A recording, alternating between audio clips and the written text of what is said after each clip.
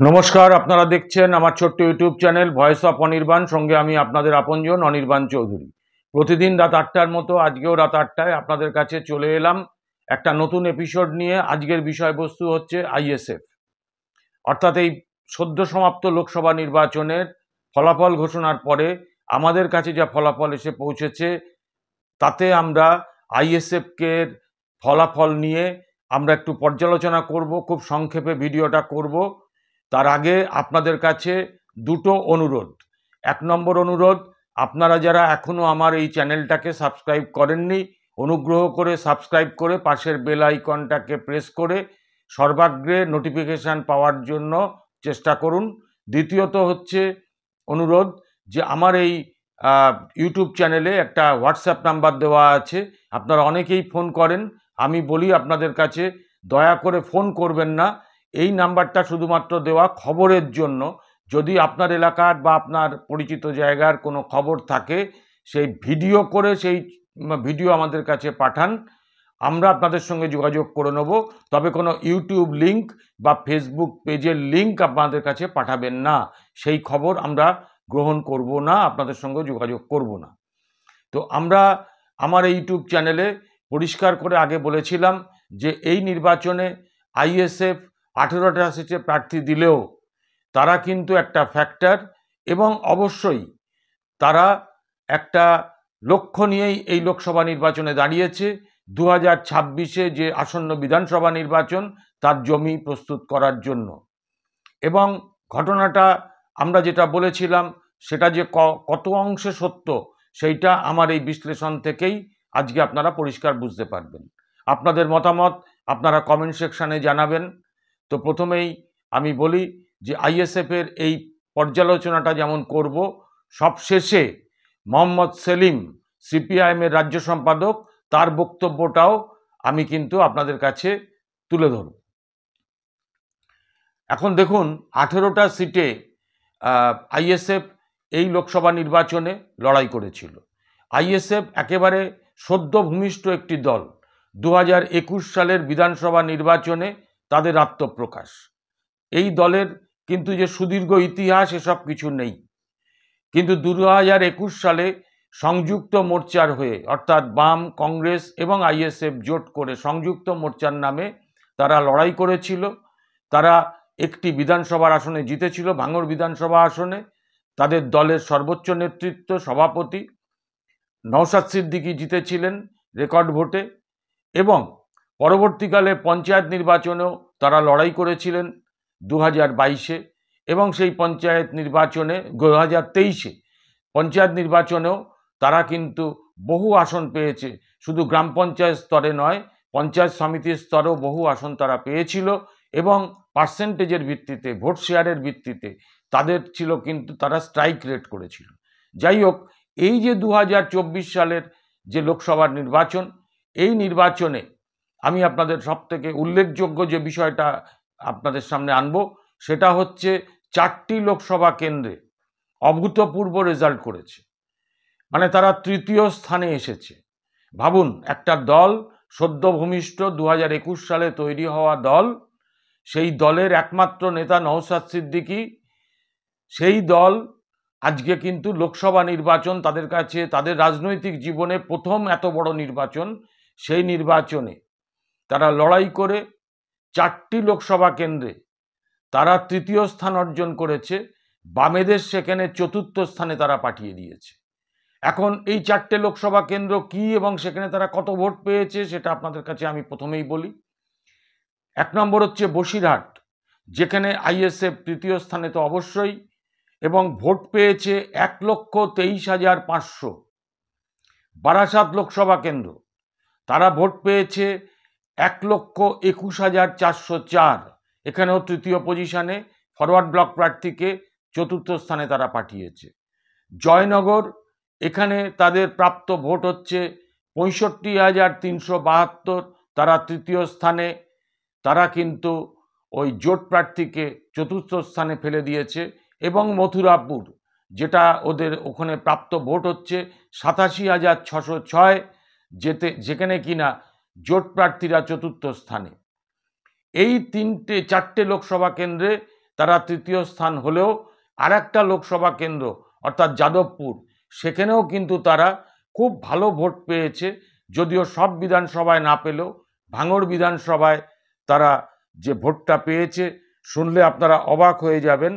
শুধু ভাঙড়েই তারা যে ভোটটা পেয়েছে সেটা হলো ৭৫,০০০ ভোট পেয়েছে ভাঙড় বিধানসভা কেন্দ্রে, এই ভাঙড় বিধানসভা কেন্দ্রে।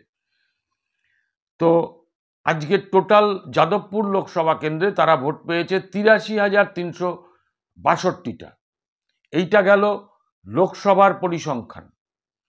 এবারে যদি আসেন যে এই 4টে লোকসভা কেন্দ্র যেখানে তারা তৃতীয় স্থানে এবং ভাঙড় নিয়ে এই লোকসভার নিরিখে তারা কিন্তু 17টা বিধানসভায় উল্লেখযোগ্য ফলাফল করেছে। 17টা বিধানসভায়, মাথায় রাখবেন। এই 17টা বিধানসভার মধ্যে 2টো বিধানসভায় তারা দ্বিতীয় স্থানে চলে গেছে। ভাবতে পারেন, দ্বিতীয় স্থানে চলে গেছে 2টো বিধানসভা কেন্দ্রে, যেখানে তারা প্রথম স্থানে আছে তৃণমূল, দ্বিতীয় স্থানে তারা। কোন 2টো বিধানসভা কেন্দ্র?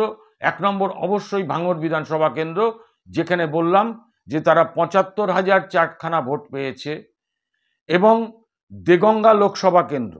এই দেগঙ্গা লোকসভা কেন্দ্রে আইএসএফ এখানে দ্বিতীয় স্থানে আছে, সেইখানে ভোট পেয়েছে ৫০,২৪৯। ৫০,২৪৯ একটা বিধানসভায় ভোট পেয়েছে দেগঙ্গা বিধানসভা কেন্দ্র। এছাড়াও তারা তৃতীয় স্থানে আছে বিধানসভা ভিত্তিক, অর্থাৎ বামেদের চতুর্থ স্থানে রেখে, সেটা হলো 15টা বিধানসভা কেন্দ্রে। কোথায় কোথায় দেখুন, 1 নম্বর হচ্ছে সন্দেশখালী।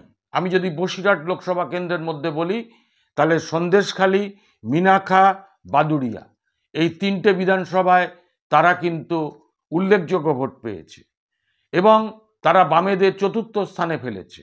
যেমন ধরুন সন্দেশখালী বিধানসভা, এই সন্দেশখালী বিধানসভায় আইএসএফ পেয়েছে ৭,৫৬৬, যেখানে সিপিআইএম এর প্রার্থী প্রাক্তন এমএলএ নিরাপদ সর্দার পেয়েছেন মাত্র ৩,৮২৫। মিনাখা বিধানসভা, যেখানে সিপিএম এর প্রার্থী পেয়েছেন ৫,৬২৫টা ভোট, সেখানে আইএসএফ পেয়েছে ২৫,২০৪ ভোট। বাদুড়িয়া বিধানসভা কেন্দ্রে, যেখানে সিপিএম প্রার্থী পেয়েছেন ১৮,৭৯৮ ভোট, সেখানে আইএসএফ প্রার্থী পেয়েছেন ২০,২৮১ ভোট। আমি এটা বসিরহাট কেন্দ্রের কথা বললাম। এরপরে আরএসপিকে চতুর্থ স্থানে ফেলে তৃতীয় স্থানে এসছেন আইএসএফ গোসাবা, বাসন্তী, কুলতলি, জয়নগর, ক্যানিং পূর্ব, ক্যানিং পশ্চিম। ভাবতে পারেন। মথুরাপুর লোকসভা কেন্দ্র, এই মথুরাপুর লোকসভা কেন্দ্রে জোট প্রার্থীকে তারা চতুর্থ স্থানে ফেলে তৃতীয় স্থানে এসেছে যে বিধানসভাগুলোতে কাকদ্বীপ, কুলপি, রায়দিঘি, মগরাহাট পশ্চিম এবং মন্দির বাজার। ভাবুন। এবং উল্লেখযোগ্য বিষয়, ডায়মন্ড হারবার লোকসভা কেন্দ্র, সেই ডায়মন্ড হারবার লোকসভা কেন্দ্রের মধ্যে ডায়মন্ড হারবার বিধানসভা কেন্দ্রে তারা কিন্তু তৃতীয় স্থানে এসেছে, সেখানে তারা জোট প্রার্থীদের চতুর্থ স্থানে ফেলে দিয়েছে। অর্থাৎ এই লোকসভা নির্বাচনে 17টা বিধানসভায় তারা উল্লেখযোগ্য ফলাফল করেছে, তার মধ্যে 2টো বিধানসভা কেন্দ্রে দ্বিতীয় হয়েছে এবং 15টা বিধানসভা কেন্দ্রে তারা কিন্তু তৃতীয় হয়েছে, সব জায়গাতেই বামেদের পেছনে ফেলে। অর্থাৎ 21 সালের পার্টি তাদের 21 সালে লড়েছিল, তার মধ্যে দিয়েই আত্মপ্রকাশ। 23-এ পঞ্চায়েত নির্বাচন, স্ট্রাইক রেট ভালো, এবং এই লোকসভা নির্বাচন সবথেকে বড় নির্বাচন, তাদের রাজনৈতিক জীবনে একটা বড় নির্বাচনে লড়ে প্রথমেই তারা কিন্তু এই রেজাল্টটা করেছে। আমি খালি এইটুকুই আপনাদের কাছে রিপোর্টটা রাখলাম। অর্থাৎ আইএসএফকে একেবারে ফুৎকারে উড়িয়ে দেওয়ার কোনো ব্যাপার নেই। আইএসএফ আজকে যে 17টা বিধানসভা নির্বাচনে জিতেছে, সেখানকার মানুষ তারা কিন্তু সমস্ত সন্ত্রাসকে, সমস্ত প্রতিকূলতাকে অগ্রাহ্য করে আইএসএফকে যারা বেছে নিয়েছেন তাদের কথাটা একবার ভাবুন। এখনো অত্যাচার চলছে, আইএসএফকে এখনো ভাঙানোর খেলা চলছে। তৎসত্ত্বেও আইএসএফের নওশাদ সিদ্দিকী, বিশ্বজিৎ মাইতি সহ অন্যান্য যারা নেতৃত্ব, তারা কিন্তু বসে নেই, আক্রান্ত কর্মীদের পাশে যাচ্ছে। তারা কিন্তু এলাকায় এলাকায় আগামী 26-এর ভোটের ফলাফল ভালো করার জন্য এখন থেকে নেমে পড়েছে। শীঘ্রই তাদের যে পর্যালোচনার মিটিং হবে, একেবারে বুথ ধরে ধরে সেখানে কোথায় কিভাবে রিপেয়ার করতে হবে সেগুলো তারা এখনই ঠিক করবেন। এটা প্রমাণ হয়ে গেছে যে আইএসএফ শুধু মুসলিমদের পার্টি নয়, যেটা দাগিয়ে দেওয়া হয়েছিল। কারণ আইএসএফের এই লোকসভা কেন্দ্রের 2জন হিন্দু প্রার্থী খুব ভালো ফল করেছে। যেমন মেঘনাথ সাহা, তিনি তো মুসলিম নন, কিন্তু তিনি খুব ভালো ফলাফল করেছেন। অর্থাৎ মুসলিম, দলিত এবং এমনকি হিন্দু সমাজেরও তারা ভোট পেয়েছে। আর ভাঙড়ের ক্ষেত্রে খালি বলি যে ভাঙড়ের ক্ষেত্রে নওশাদ সিদ্দিকী তৃতীয় হয়েছে, সেখানে দ্বিতীয় হয়েছে, কিন্তু সেখানে প্রথম হওয়ার কথা ছিল নওশাদ সিদ্দিকী, যেহেতু তিনি বিধায়ক। কিন্তু ভোটের দিন যে সন্ত্রাস হয়েছে, তার আগে থেকে যে সন্ত্রাস হয়েছে, সেই সন্ত্রাসের মধ্যে দাঁড়িয়েও তারা যে 75,000-এর ওপর ভোট পেয়েছেন, এটা আমি বলবো কম কথা নয়। আমি শেষ করব প্রতিবেদনটা একটা ভিডিওর মাধ্যমে, ছোট্ট কয়েক সেকেন্ডের ভিডিও।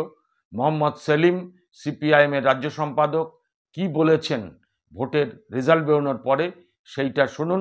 সেইটার মধ্যে দিয়েই আজকের আমার প্রতিবেদন আমি শেষ করব। নমস্কার। বাম, কংগ্রেস এবং আইএসএফ এইটাকে হলে অনেকটা ভালো হতো বলছি, এখনো বলছি, আমি তখন বলেছি, ভোট চলাকালীন মাঝে বলেছি।